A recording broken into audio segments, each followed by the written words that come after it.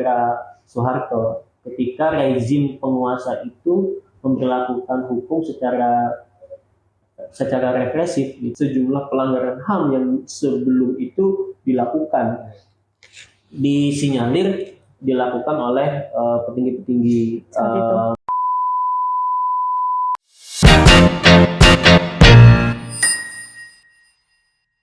Halo teman-teman, kembali lagi bersama kami di podcast Wow. Bersama saya Anissa Febriani Mukodompit, Akademi Lembaga Media Informasi dan Propaganda.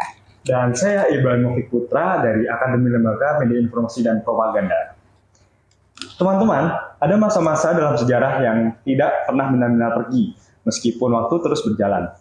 Tahun 1998 salah satu contohnya, sebuah momen yang penuh gejolak, di mana suara-suara perubahan melawan tekanan ketidakadilan. Hari itu menandai lahirnya harapan baru, tetapi juga meninggalkan luka yang hingga kini masih dirasakan oleh banyak orang. Hari ini kita ingin membuka kembali lembaran itu, bukan hanya untuk melihat ke belakang, tetapi juga untuk memahami apa yang masih menjadi PR kita sebagai bangsa, tentunya sebagai kami, sebagai generasi penerus. Dan untuk itu, kita sangat beruntung, karena hari ini kita dibersamai oleh Bapak Ahmad Sazali. Nah, tentu di pembahasan kali ini, peristiwa pada saat tahun 1998 itu juga tidak hanya mengguncang Indonesia, tetapi juga membentuk arah masa depan dari bangsa ini. Nah, saat itu tentu anak-anak muda, terutama mahasiswa itu berdiri di garda terdepan menyuarakan perubahan di tengah kondisi yang penuh dengan ketidakpastian. Nah, pertanyaannya, apakah di era saat ini bagaimana sih kita sebagai generasi muda itu bisa belajar dari keberanian mereka? Tentu di podcast kali ini kita akan menggali lebih dalam. Nah, Bapak terima kasih sudah menyempatkan waktunya untuk hadir di podcast hari ini. Iya, ya. Nah, kita masuk ke pertanyaan pertama nih.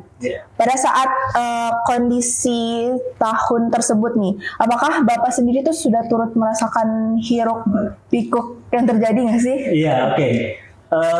Tahun 98 ya, masih 98 sebetulnya itu runtutan ya dari krisis ekonomi yang sudah terjadi di 97. Iya.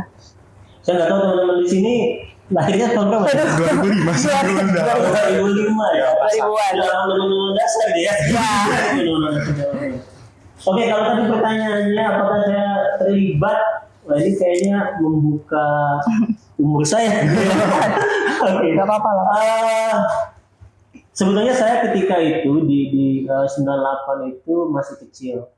Masih kecil di sekitar usia mungkin SD lah ya, SD itu ketika itu saya meskipun masih kecil tapi cukup merasakan suasana mencekam ketika itu karena itu terjadi hampir di seluruh Indonesia. Saya sendiri lahir di Banjarmasin, saya kecil di Banjarmasin, tepatnya di Martapura gitu ya. Dan ketika itu pun di Banjarmasin ketika bulan Mei saat lagi parah-parahnya itu juga terjadi kerusuhan massal. Saya masih ingat dulu waktu kecil itu salah satu pusat perbelanjaan di Banjarmasin itu juga menjadi sasaran penjarahan dan seterusnya gitu. Jadi itu habis. Ya, sampai sekarang itu kalau saya datang ke Banjarmasin masih lihat tuh pusat perbelanjaan itu sudah hampir tidak digunakan lagi gitu, ya bahkan jadi bangunan yang terbengkalai gitu ya. Jadi itu salah satu bukti historis di 98 bagaimana sampai di Banjarmasin pun juga merasakan hal yang sangat mencekam gitu. Sehingga ini betul-betul kondisi yang sangat bisa dibilang sangat darurat gitu. Tidak hanya mungkin teman-teman banyak membacanya itu seputar apa yang terjadi di Jakarta gitu ya. Apa yang terjadi di sekitaran Jakarta gitu. Padahal sesungguhnya itu juga tidak hanya di Jakarta. Terjadi keseluruhan ya. Di Kalimantan ketika saya kecil saya sudah mendengar itu berita-berita soal itu ya. Karena dulu khususnya pas kampanye itu kan kebetulan orang tua saya juga PNS sehingga ngerti juga dan saya diceritakan gitu ya, sampai separah itu sih 98 itu. Jadi emang tidak hanya di satu daerah aja, emang Iya. seluruh Indonesia kena dampaknya gitu Seluruh ya. Indonesia itu kena dampaknya, merasakan kondisi yang sangat mencekam. Dan itu tidak lain karena memang kondisi ekonomi. Iya. Kondisi Krisis moneter ekonomi. ya. Krisis moneter yang sudah terjadi itu kan krisis Asia ya teman-teman. Iya. Krisis Asia 97 itu ya, dan itu merambah ke banyak negara di Asia termasuk Indonesia. Dampaknya apa? Dampaknya itu nilai tukar rupiah yang paling utama yang awalnya cuma 2000-an, kalian bayangkan Iya. Kolaps. 2000 ya, 2000 nilai tukar rupiah sekarang kalau misalkan kalian mau beli iPhone atau apa Gadget gitu ya, lah. gadget atau barang-barang yang branded Iya. dengan nilai tukar 2000 itu kan enak kan ya gitu ya, kaya raya gitu. Maksudnya kita bisa bisa berpoya-poya lah. Iya. Ya. Apalagi dulu teman-teman yang tinggalnya atau sekolahnya di luar negeri misalkan, dengan rupiah 2000 itu sangat worth it sekali untuk kuliah di luar negeri.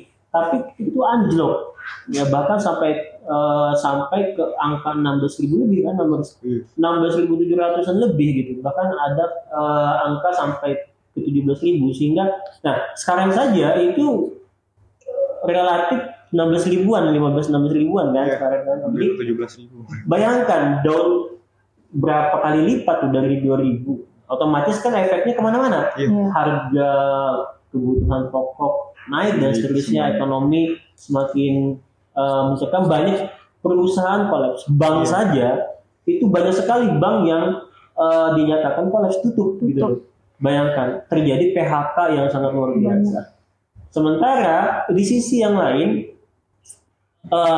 ada sekelompok masyarakat yang itu dianggap merajai ekonomi, yang itu kemudian menjadi sasaran. Kita sebut saja misalkan masyarakat Tionghoa ya kan, menjadi sasaran. Jadi tokoh-tokoh mereka dijarah dan segala macam, dan bahkan mohon maaf ya, wanita-wanita Tionghoa juga menjadi sasaran pelecehan. Bahkan bukan hanya pelecehan, kekerasan seksual gitu, dan itu terjadi masif. Nah itu yang terjadi. Kalau boleh dikatakan di era itu, Mas, Mbak ya, di era itu ada dua kategori nih. Ada dua kategori.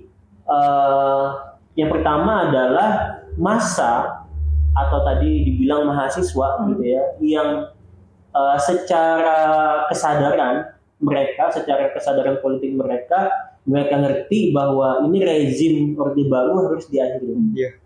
Ya, jadi massa yang pengen menuntut Soeharto turun, pengen menumbangkan Soeharto gitu.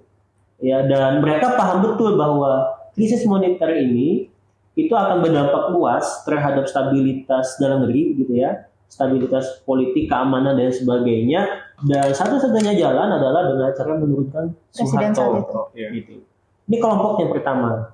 Kelompok yang kedua itu masyarakat yang aji mumpung, yang nyusup gitu ya, ada demonstrasi ini kemudian dibikin huru-hara lagi, mereka menjarah, mereka mengambil apapun yang mereka inginkan ya. Jadi ya untuk kepentingan mereka gitu loh.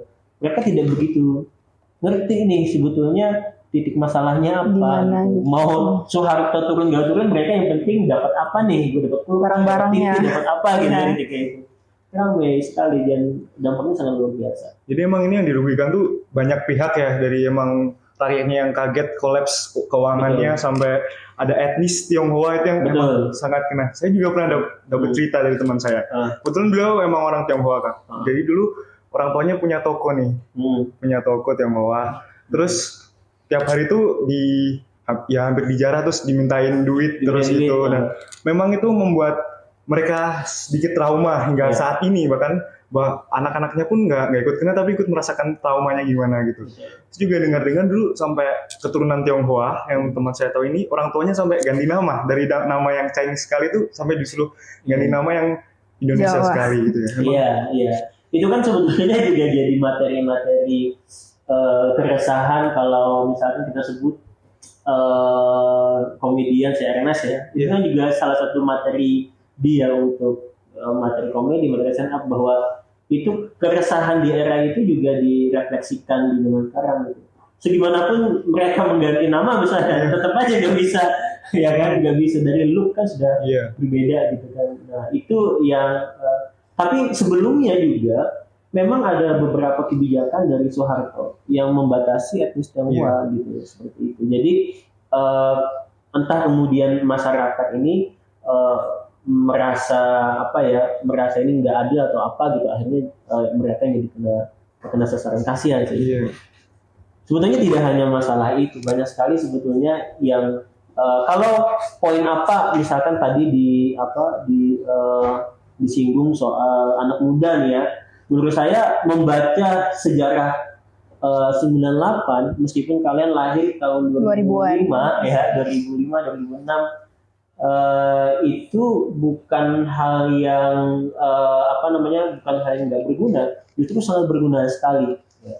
Kalau saya misalkan merefleksikan dengan beberapa hari ini kan Gen Z ini menemukan momentum yang sangat baik nih ya.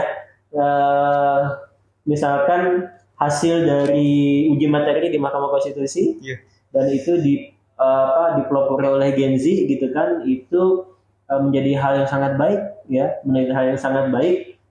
Poin utamanya bukan soal generasi sekarang bisa melakukan demonstrasi seperti yang terjadi di 98 atau tidak, bukan masalah itu.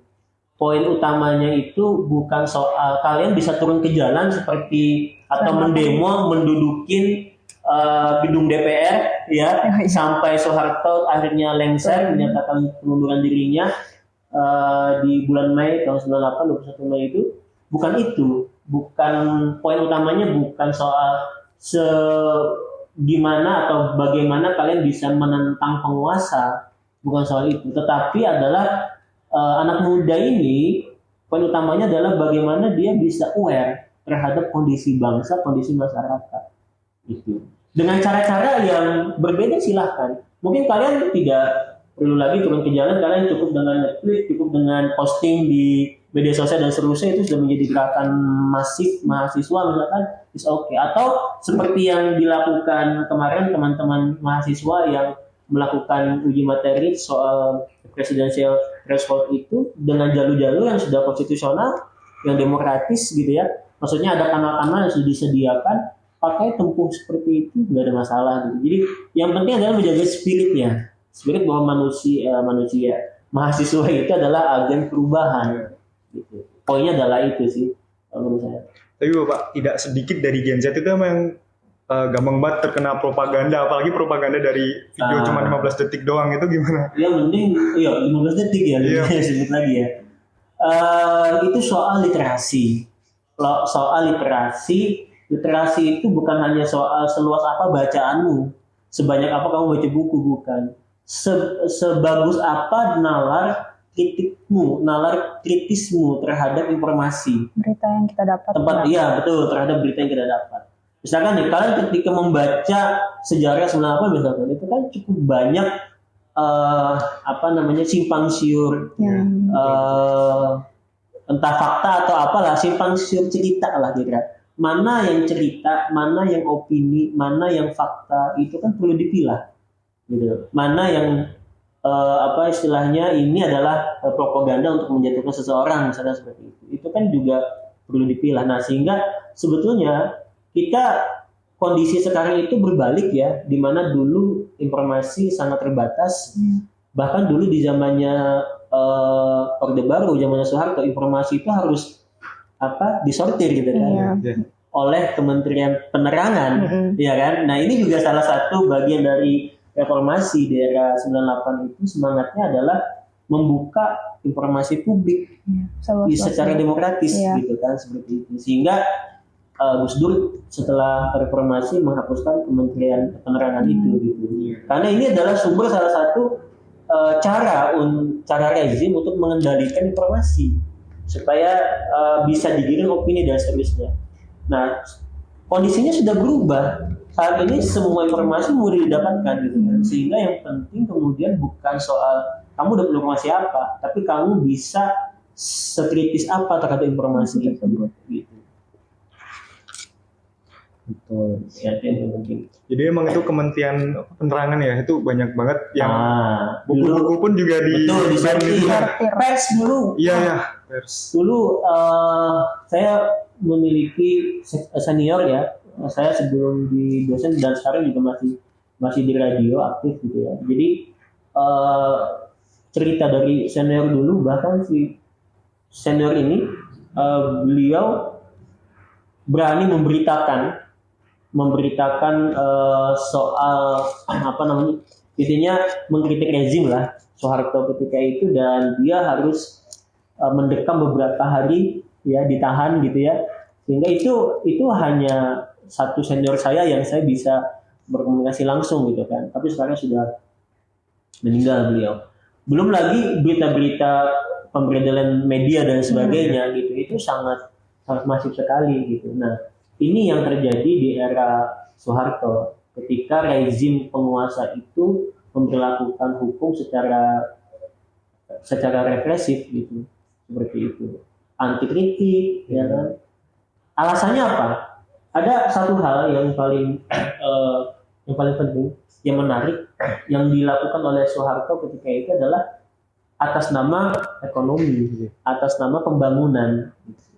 Kemudian dia melakukan pembatasan terhadap kebebasan. Maka kan isu HAM sebetulnya kan menjadi isu yang sangat krusial di eranya Soeharto gitu. Maka setelah reformasi, salah satu agenda yang paling penting setelah reformasi itu adalah mengembalikan hak asasi manusia atau perjuangan terhadap hak asasi manusia gitu. Tahun 99 sudah langsung tuh di eranya Habibie ya. Ketika masa transisi itu HAM sudah mulai diakuin, kemudian pers juga dibebaskan begitu kan. Karena biasanya itu pemerintahan setelahnya itu adalah antitesis dari pemerintahan sebelumnya. Karena gagal soal HAM, soal demokrasi, maka kemudian di era transisi oleh Habibie itu dilakukan itu. Nah, kita perlu mendudukkan, melihat demokrasi, melihat HAM, melihat apapun itu ya pada konteksnya. Nah, sekarang kita sangat liberal sekali, informasi demokrasi sangat liberal sekali. Kita perlu mengkontekskan juga apakah ini yang kita cita-citakan dari reformasi gitu kan. Seperti itu. Oke, Bapak. Jadi pelanggaran HAM di Indonesia ini meninggalkan jejak yang sangat panjang. Betul. Ya dari nggak cuma 98 sih, dulu ada eksil, pembantaian massal sampai Santa Cruz, dan ini masih menjadi luka kolektif yang mendalam tentunya bagi seluruh rakyat Indonesia ya. Jadi di tahun 98 ini yang cukup masif menurut saya. Jadi sejak tahun 2007 ada aksi Kamisan yang terus digelar untuk perjuangan mencari keadilan ya. Iya, sampai saat ini juga. Betul. Jadi kalau kita bicara sejarah ya, maksudnya di 98 ini, kalau yang HAM sebelumnya juga memang cukup banyak, kita nggak mungkin dalam durasi ini membahas itu ya.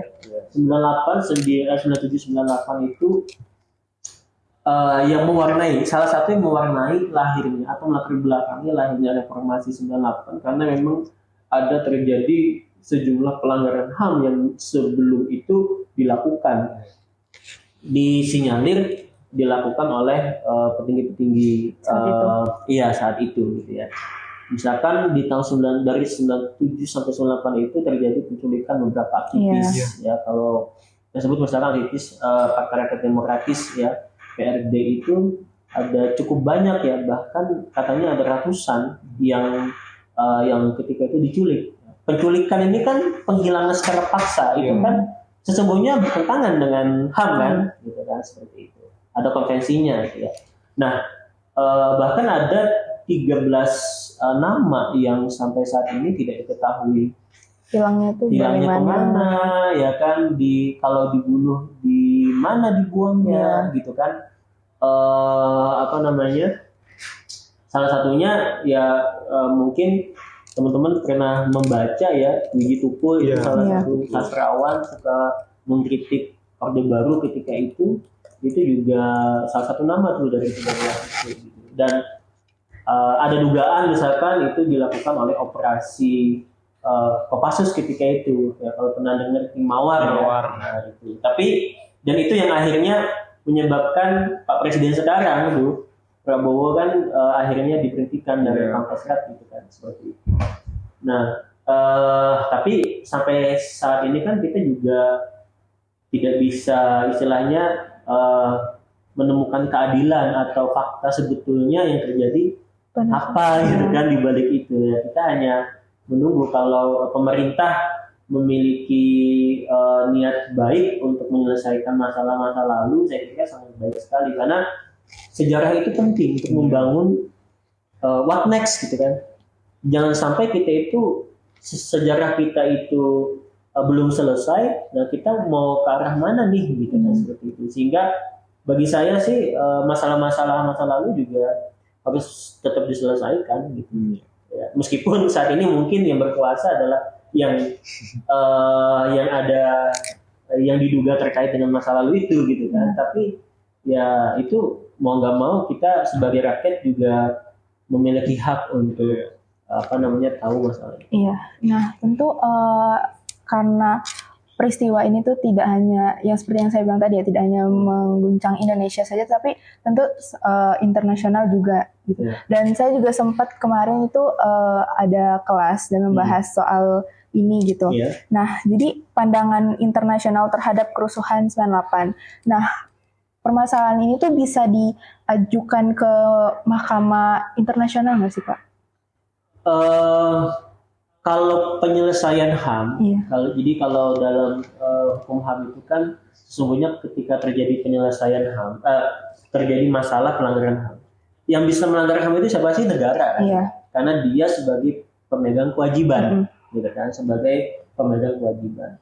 Nah maka otomatis ketika ada pelanggaran HAM itu yang bisa dikenakan, yang bisa dituduh, yang bisa didakwa itu adalah negara itu gitu kan. Nah, ketika ada dugaan, sebetulnya mekanisme pertama itu penyelesaian internal dulu, ya sebelum ke internasional gitu kan. Nah, masalahnya di mekanisme internal dulu nih, ada nggak pergerakan untuk memperbaiki? Bahkan kemarin di eranya Jokowi kan dibentuk penyelesaian non yudisial gitu kan. Jadi memang menghindar untuk upaya-upaya yudisial gitu.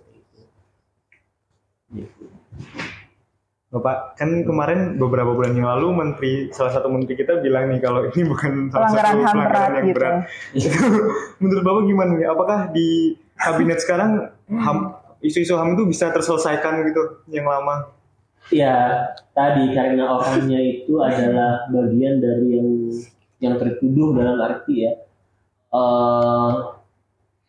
Kalau kemarin kita ikuti berita itu sih memang ada klarifikasi ya dari Pak Menko itu soal statement dia itu gitu, bahwa sebetulnya kalau yang dimaksud adalah genocide, kalau yang dimaksud adalah pembunuhan massal memang tidak terjadi gitu kan, tapi dia tidak kalau dia didalih pertanyaan wartawan tidak begitu jelas ketika itu. Ya mungkin entah itu blunder atau apa saya tidak tahu. Tapi yang jelas sampai detik ini aktivis HAM itu tetap istilahnya bersuara bahwa penghilangan orang dengan sejumlah orang itu, ya penculikan juga yang dilakukan. Karena beberapa tokoh yang diculik juga itu sudah ada yang dibebaskan dan masih bisa bersaksi gitu kan. Seperti itu. Nah, tapi yang 13 orang ini. Tapi itu pun juga tidak hanya soal itu. Di 98-nya sendiri di bulan Mei kan terjadi peristiwa Trisakti misalnya. Ini juga sesuatu yang dianggap melanggar HAM, jelas itu ya. Seperti itu. Ya, nah, itu pun juga yang akhirnya memicu kan gelombang aksi yang lebih luas lagi ya. Karena ada 4 orang yang meninggal yang ditembak itu di Universitas Trisakti itu akhirnya memicu kampus-kampus lain juga untuk ini. Nah, jadi tindakan represif itu yang akhirnya menjadi masalah ketika negara berhadapan dengan rakyatnya. Nah, sebetulnya ini relasi antara negara atau pemerintah dengan rakyat. Bagaimana negara itu harus memperlakukan rakyat gitu. ketika rakyat itu protes, menyuarakan aspirasinya, seharusnya negara itu seperti apa? Itu kan poin utamanya kan itu. Kalau saya mengambil mengambil refleksi misalkan dari sejarah ketatanegaraan Islam misalkan, itu teman-teman mungkin kalau membaca sejarah bagaimana pemerintahan Utsman bin Affan ya yang dianggap menurut saya ini terlalu kejam kalau mengatakan Utsman bin Affan itu nepotisme dan sebagainya gitu, karena yang namanya pemerintahan itu kementerian atau pembantu-pembantu kepala negara itu menurut saya sangat wajar sekali kalau itu dipilih dari orang yang kita percaya gitu. Nah, salah satunya adalah keluarga. Bukan masalah itunya sesungguhnya. Nah, Utsman bin Affan ketika itu sangat mengakomodir aspirasi rakyat. Misalkan gubernur yang dia tunjuk ke Mesir ketika itu diprotes oleh masyarakat Mesir, mereka menolak gubernur yang ditunjuk oleh Utsman bin Affan dan akhirnya diganti juga oleh Utsman bin Affan gitu kan, seperti itu. Kemudian dikirim lagi yang baru, akhirnya juga ditolak sama rakyat Mesir. Kemudian rakyat Mesir itu berdemo, ada yang mempropaganda, berdemo, demonstrasi, mengepung rumahnya Utsman bin Affan. Coba, Utsman bin Affan ketika itu sebagai khalifah, kepala negara yang dia memiliki kewenangan untuk mengerahkan pasukan tentara militer lah, mungkin bahasanya sekarang ya, pengaman khalifah gitu, untuk mencegah demonstrasi. Tetapi itu tidak dilakukan oleh Utsman bin Affan. Beliau bilang apa? Itu adalah hak rakyat saya untuk protes kepada saya gitu. Ya sudah dibiarkan berhari-hari demo di depan rumahnya Utsman bin Affan. Akhirnya sampai ada yang memprovokasi masuk ke dalam rumah mengeroyok Utsman bin Affan sampai meninggal. Bahkan nyawa seorang kepala negara dikorbankan untuk aspirasi rakyat. Ini pelajaran yang sangat penting. Seharusnya pemerintah tidak melakukan tindakan-tindakan yang represif ketika rakyat itu bersuara. Gitu. Seperti itu. Oke, baik Bapak. Mungkin Bapak di sini tadi sebenarnya udah nyampein pesan untuk generasi kita ya, tapi bisa disampaikan lagi gimana untuk generasi habis ya. generasi untuk muda. generasi kita nih, apalagi yang tadi yang gampang banget termakan propaganda itu. Hoax. Gimana sih cara menyadarkan mereka biasanya biar melek gitu, dengan isu-isu saat ini? Pertama ya tadi, daya literasi, daya kritis kalian itu harus dirawat ya. Harus diasah, harus dirawat, karena jujur saja saya pun juga merasakan efek yang sangat-sangat negatif dari media sosial. Satu menitan itu merusak otak kita. Merusak otak kita. Satu menitan itu, entah itu shot di YouTube atau terdoktrin. Itu membuat daya nalar kita itu berkurang. Daya kritis, bahkan daya tahan kita untuk membaca itu berkurang. Gak rasa 3 jam selesai. Kok gue gak mau main gitu kan. Giliran baca buku 10 menit sudah ngantuk gitu kan. Nah itu perlu kita harus sadar dampak apa yang kita dapatkan ketika kita berselancar di media sosial. Itu harus sadar dulu. Yang pertama tumbuhkan kesadaran, mana yang baik, mana yang tidak baik. Mana yang bagus, mana yang tidak bagus, itu harus ada dulu kesadaran itu. Nah, kalau sudah ada kesadaran itu, makanya untuk bisa sadar itu kan perlu daya kritis gitu kan, seperti itu. Ya, manusia itu hidup itu untuk bertanya. Kalau kalian tidak pernah bertanya, nanti nggak usah hidup. Itu aja. Jadi kalau kalian tidak pernah bertanya di kelas, di mana nanya gitu kan, iya. Sok paham, ditanya paham nggak paham gitu kan, padahal nggak paham juga, nggak nanya, itu mending gak usah itu deh, karena manusia lahir itu untuk bertanya. Akal itu untuk bertanya, pengetahuan muncul karena ada pertanyaan. Tanpa ada pertanyaan, kenapa tidak akan muncul? Kritis itu jangan bertanya, gitu. Sehingga kalian harus mempertanyakan segala hal. Nah itu salah satunya, mempertanyakan segala hal, informasi apapun yang masuk dipertanyakan dulu sebelum kalian share, sebelum kalian makan gitu kan, seperti itu. Nah, Gen Z sekarang itu tentu punya dunianya sendiri yang itu tidak sama dengan 98 97 gitu. Punya atmosfernya sendiri, punya ekosistemnya sendiri. kita tidak menafikan kemajuan teknologi. Itu adalah sesuatu yang harus kita manfaatkan dengan baik juga gitu. Tetapi bagaimana begini loh, teknologi itu seperti kendaraan lah, seperti mobil lah. Mobil ini yang paling penting dari mobil itu kah atau si pengendara mobil? Pengendara mobil kan? Atau drivernya kan? Iya. Nggak ada driver, mobil nggak bisa jalan. Iya. Gitu. Ada driver, ada manusia, ada mobil, manusia tidak bisa mengendarkan mobil, tidak bisa nyetir mobil, nggak bisa jalan juga. Ada mobil, ada manusia, manusia bisa nyetir, gitu kan? Driver bisa nyetir, tapi dia dalam keadaan mabok, nabrak juga. Jadi poin utamanya adalah bagaimana kita manusia ini, bukan soal teknologinya. Teknologi apapun itu, kalau kalian bisa memanfaatkannya dengan baik untuk kebaikan, ya itu insya Allah akan mendatangkan kebaikan juga. Gitu. Nah intinya itu, kalian bisa untuk aware terhadap masalah-masalah negara itu penting. Ya, poin ketiganya adalah tetap perhatikan fenomena sosial, perhatikan masyarakat, apa yang terjadi. Karena pajak segala macam naik misalkan gitu ya. Iya. Itu harus jadi perhatian teman-teman gitu. Jangan cuek bebek, wah udahlah gitu. Ini juga negara kalian. Next itu kalian yang mimpin. Iya. Iya nggak sih? Iya. Kalau kalian nggak ngerti masalah, gimana kalian mimpin nanti? Iya. Hancur nanti negara. Iya. Gitu. Jadi jangan terlalu cuek, jangan terlalu cuek. Perhatikan masyarakat. Gitu. Itu sih pesan yang saya tebalkan. Oke, tentu refleksi dari Pak Ahmad, pesan dari Pak Ahmad tadi juga sekaligus menutup episode kita pada hari ini teman-teman. Jadi untuk peristiwa 98 ini adalah pengingat ya bahwa sejarah itu tidak hanya tentang masa lalu tetapi juga cerminan masa kini, seterusnya hingga masa depan gitu. Nah sebagai generasi muda seperti yang Pak Ahmad bilang tadi, kita harus melek sejarah, melek politik dan berani bersuara untuk kebenaran. Gitu. Jadi teman-teman terima kasih sudah mendengarkan podcast kita pada hari ini. Mari terus belajar, bergerak dan menjadi generasi yang berani melawan. Melawan. Perempuan yang melawan. Generasi berani melawan. Oke. Refleksi dan juga pesan untuk generasi muda dari Pak Ahmad sekaligus menutup perjumpaan kita pada podcast hari ini. Peristiwa 98 merupakan pengingat sejarah bahwa kondisi tersebut tidak hanya tentang masa lalu, juga sebagai cerminan pada masa kini dan juga seterusnya di masa depan. Sebagai generasi muda, kita harus melek sejarah, melek politik, dan berani bersuara untuk kebenaran.